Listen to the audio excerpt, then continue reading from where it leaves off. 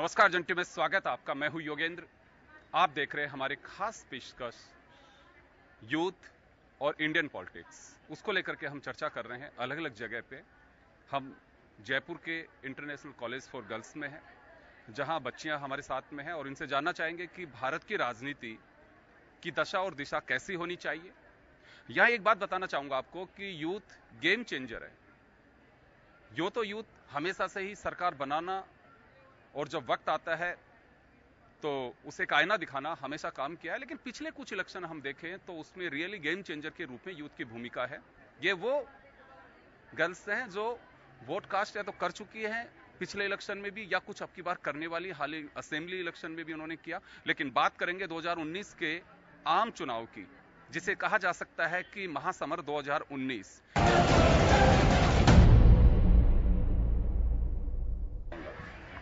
क्या सोचती है ये जो इलेक्शन है, इसको लेकर क्या मानना आपका?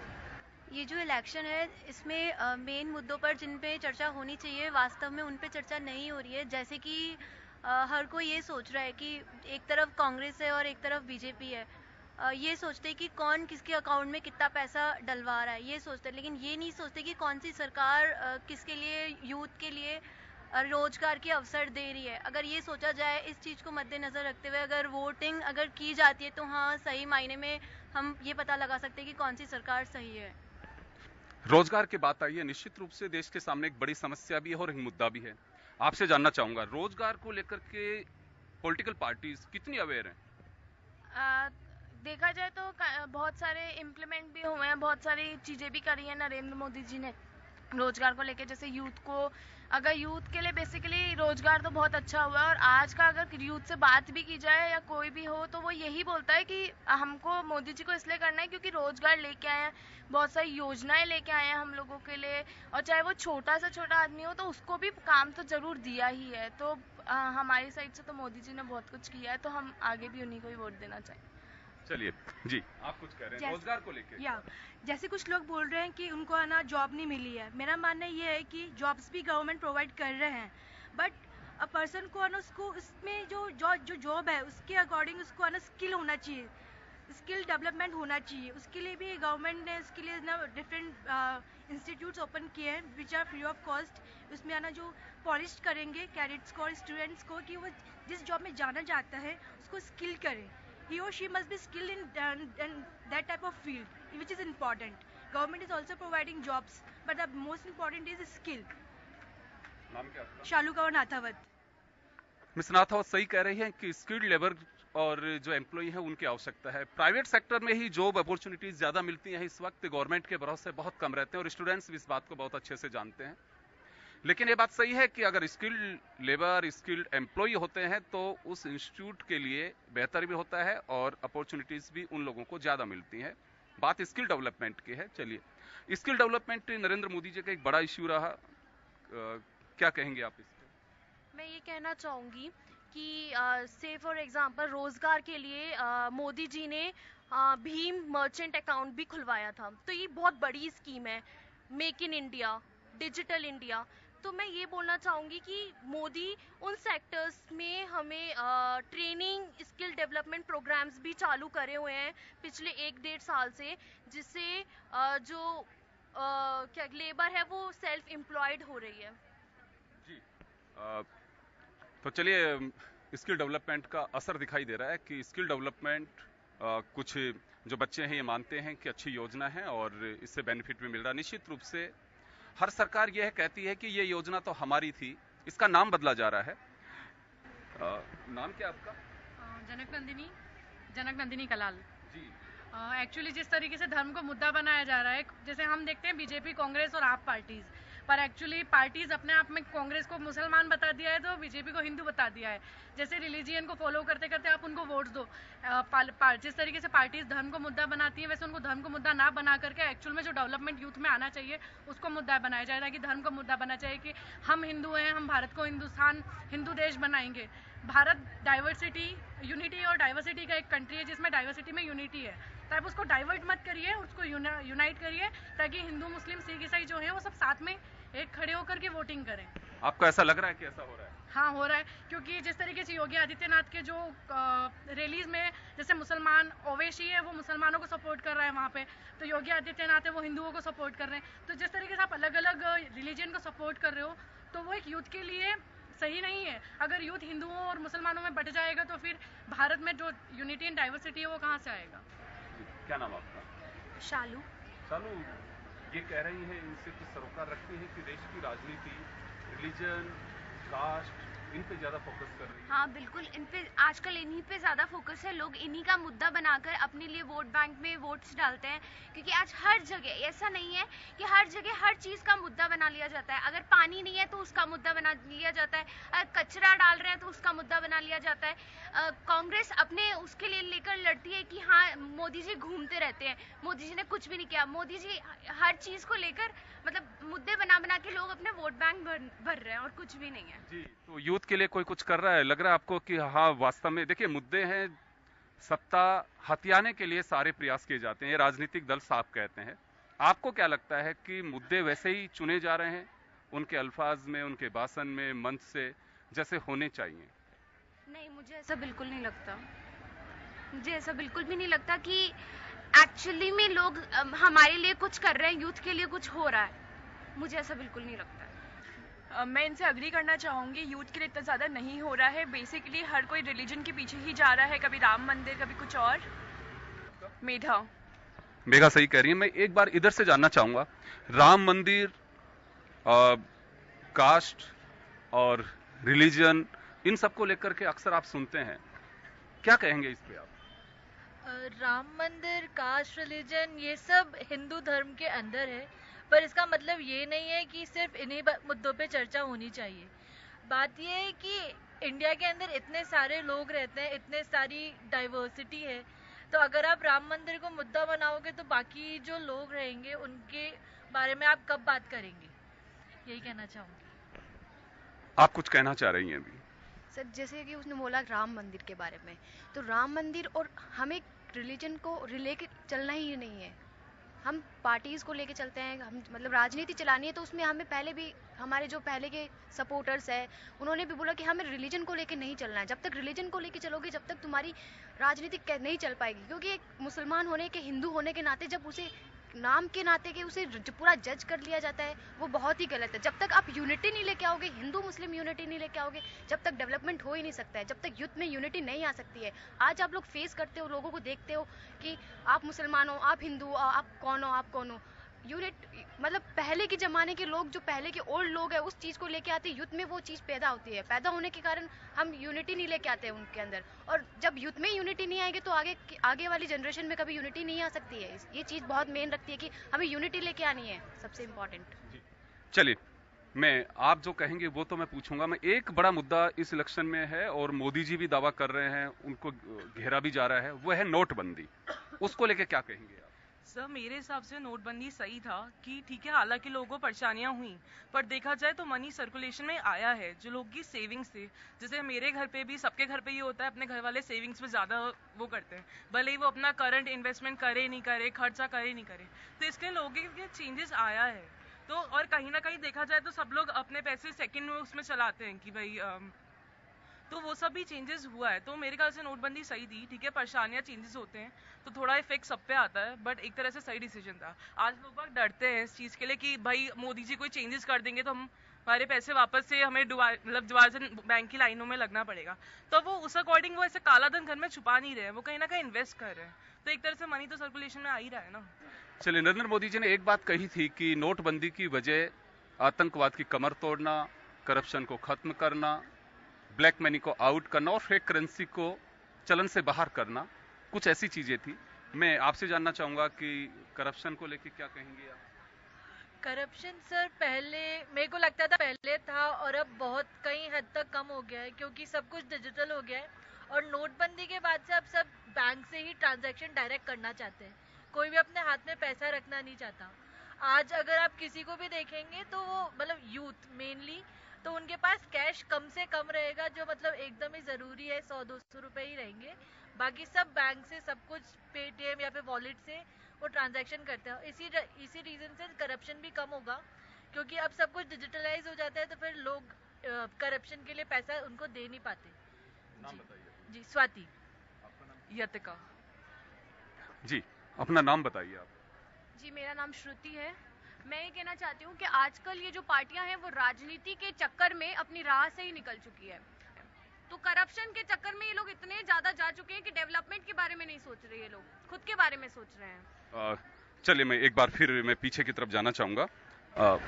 एक बात मैं जानना चाहूँगा कि अभी जो कुछ चल रहा है, पिछली बार मोदी साहब ने कहा था कि बेटी बचाओ बेटी पढ़ाओ, महिलाएं सुरक्षित नहीं हैं, लड़कियां सुरक्षित नहीं हैं, कैसा एटमॉस्फेयर बना 5 साल? एक्चुअली सर, सबसे पहले तो मैं ये चीज़ कहना चाहूँगी कि हमारी गवर्नमेंट को और जितने भी कॉलेजेस यूनिवर्सिटीज़ हैं, इनको स्टूडेंट्स को ये सिखाना चाहिए कि पॉलिटिक्स एक करियर नहीं है, पॉलिटिकल एक सर्विस है। अगर आप पॉलिटिशियन बनते हो तो वो करियर बनाना नहीं होता है, आपको वो सर्विस देनी है आपके नेशन को। तो लोगों के दिमाग में जब यह आएगा ना कि हमें उसमें करियर नहीं बनाना है, हमें सर्विस देनी है, तो अपने आप पॉलिटिशियन से कचरा छटता जाएगा। और दूसरी चीज़ मैं ये कहना चाहूँगी, ये मेरा सजेशन भी है कि जितने भी पॉलिटिशियंस हैं, इनके लिए 2 साल की आर्मी की सिर्फ ट्रेनिंग करवा दो, अपने आप कचरा छट जाएगा। और दूसरी चीज़, लड़कियों की सुरक्षा की बात आती है, तो सुरक्षा तो घर से शुरू होती है। अगर हम अपने ही घर से लड़कियों को और लड़कों को इक्वली सिखाया जाए कि आपको लड़कियों से कैसे बिहेव करना है, और लड़कियों को सिखाया जाए कि आपको कैसे स्टैंड करना है किसी भी प्रॉब्लम के लिए, तो अपने आप सुरक्षा आ जाएगी। बिल्कुल सहमत हूँ इस बात से कि अब केवल पॉलिटिशियंस को ये नहीं समझना चाहिए कि केवल हम सत्ता की लालसा के लिए ही मतदाता को रिझाते हैं। अब उन्हें सर्विस डिलीवर भी करनी होगी कि जिस काम के लिए हमें वोट मिला है उसका रिटर्न भी मिलना चाहिए। जी, बेटी बचाओ बेटी पढ़ाओ अभियान को लेकर के काफी चर्चा हुई, गर्ल्स के लिए पिछले इलेक्शन में काफी चर्चा भी की, आज भी की जाती है, लेकिन वास्तव में चर्चा होती है और उसका इम्प्लीमेंटेशन में कहीं कुछ अंतर? इम्प्लीमेंटेशन हो रहा है उसका, बेटी बचाओ बेटी पढ़ाओ का। आप देख सकते हैं कि पिछले 20 सालों में बिल्कुल भी फीमेल फीटिसाइड नहीं हो रहा है। अब जो है वुमेन पढ़ भी रही है और अपनी फैमिली को भी पढ़ा रही है, आगे बढ़ रही है, हर सर्विस सेक्टर में आ रही है।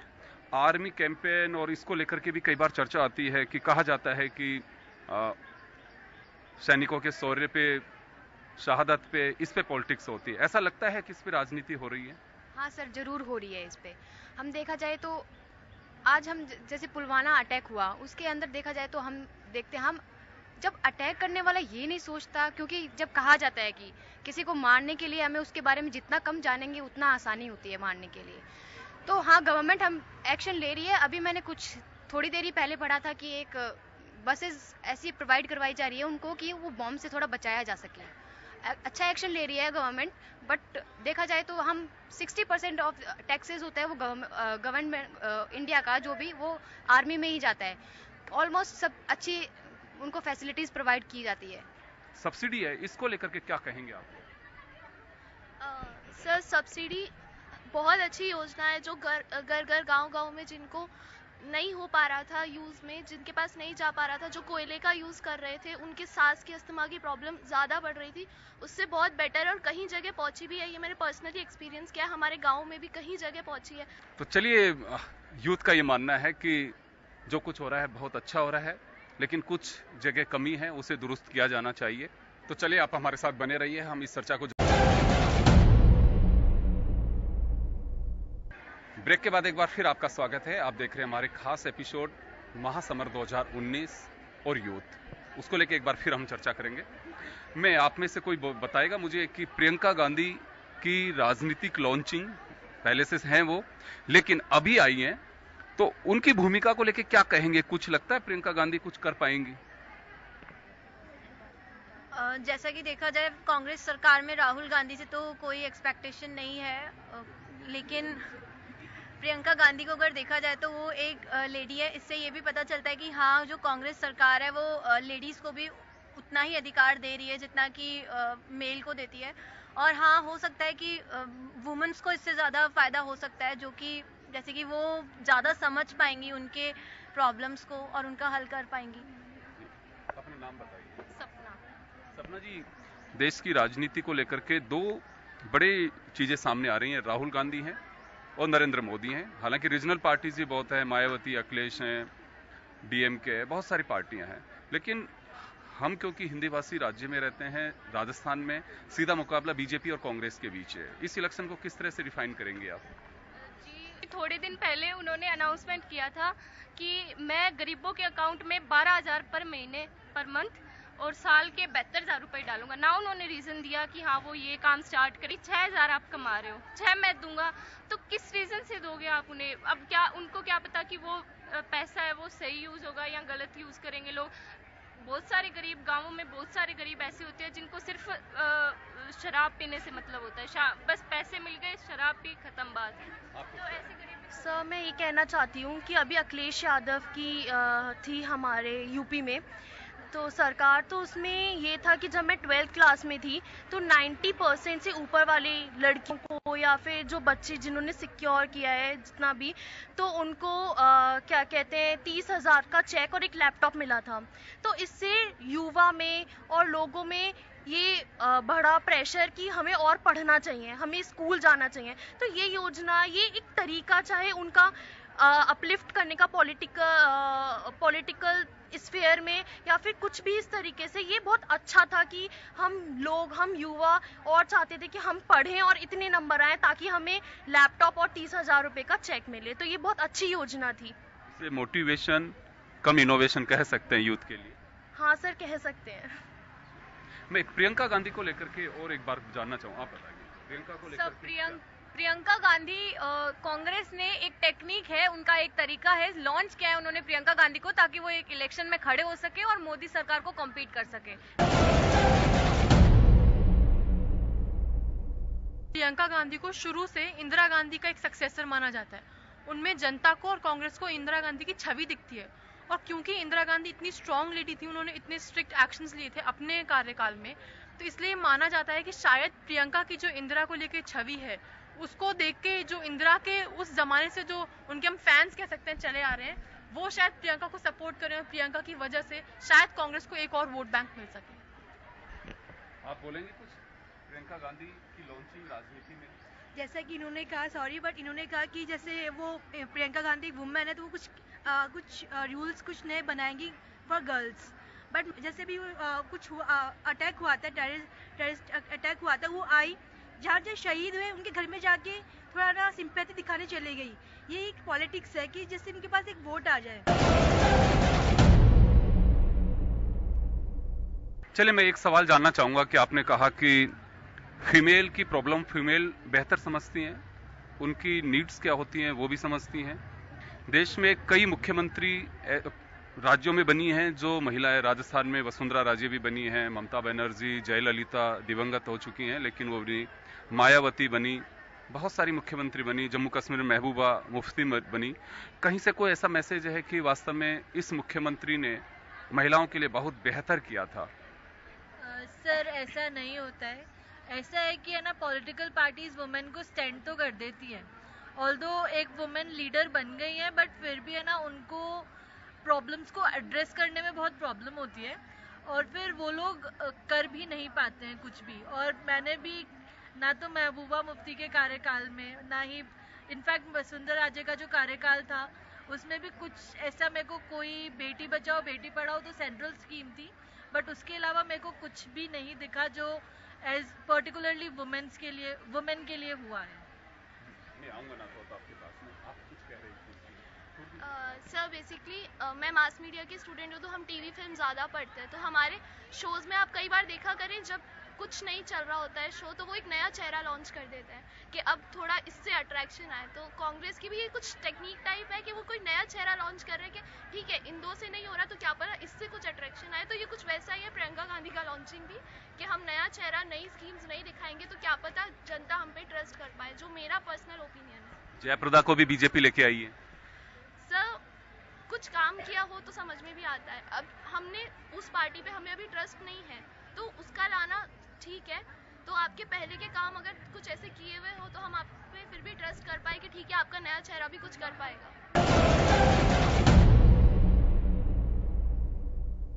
हालांकि पार्टी सब इक्वल होती है, अपने बेनिफिट के लिए वो कुछ कुछ चीज़ें लेके आती हैं, लेकिन उन सबको मद्देनज़र रखते हुए भी अगर हम जो बीजेपी है उनका कार्यकाल देखें 5 साल का, तो उनने जो चीज़ें लेके आए हैं वो हम देख सकते हैं कि कैसे कांग्रेस जो मुद्दे नहीं उठा पा रही थी वो कर पा रही है, जो उनके कार्यकाल में जो इंडिया की इमेज नहीं थी वो बना पाए हैं वो।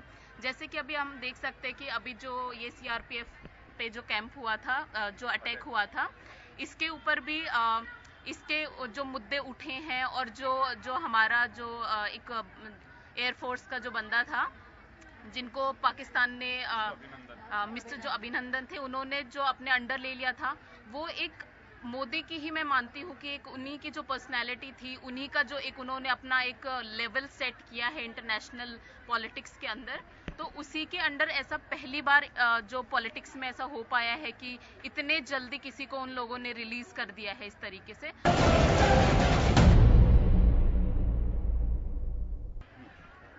नाम बता दीजिए।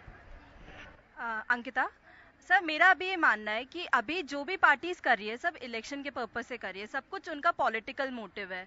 प्रियंका गांधी को इंट्रोड्यूस करना वो भी पॉलिटिकल मोटिव है। अगर इसमें देखा जाए तो इसमें उनकी बात पे स्टैंड करने का बहुत बड़ा क्वेश्चन उठता है, क्योंकि उन्होंने हमेशा से कहा है कि मैं कभी भी पॉलिटिक्स में एंटर नहीं होंगी, और अब अचानक से वो पॉलिटिक्स में आ जाती है। वहीं हम मोदी सरकार की भी बात करें तो जो मेजर योजना उन्होंने निकाली, उन्होंने जैसे नोटबंदी की, तो वो भी ऐसा नहीं है कि बहुत सक्सेसफुल रही। उन्होंने जो मेजर मनी था वो रिकवर हो गया, वो डिपॉजिट हो गया बैंक में।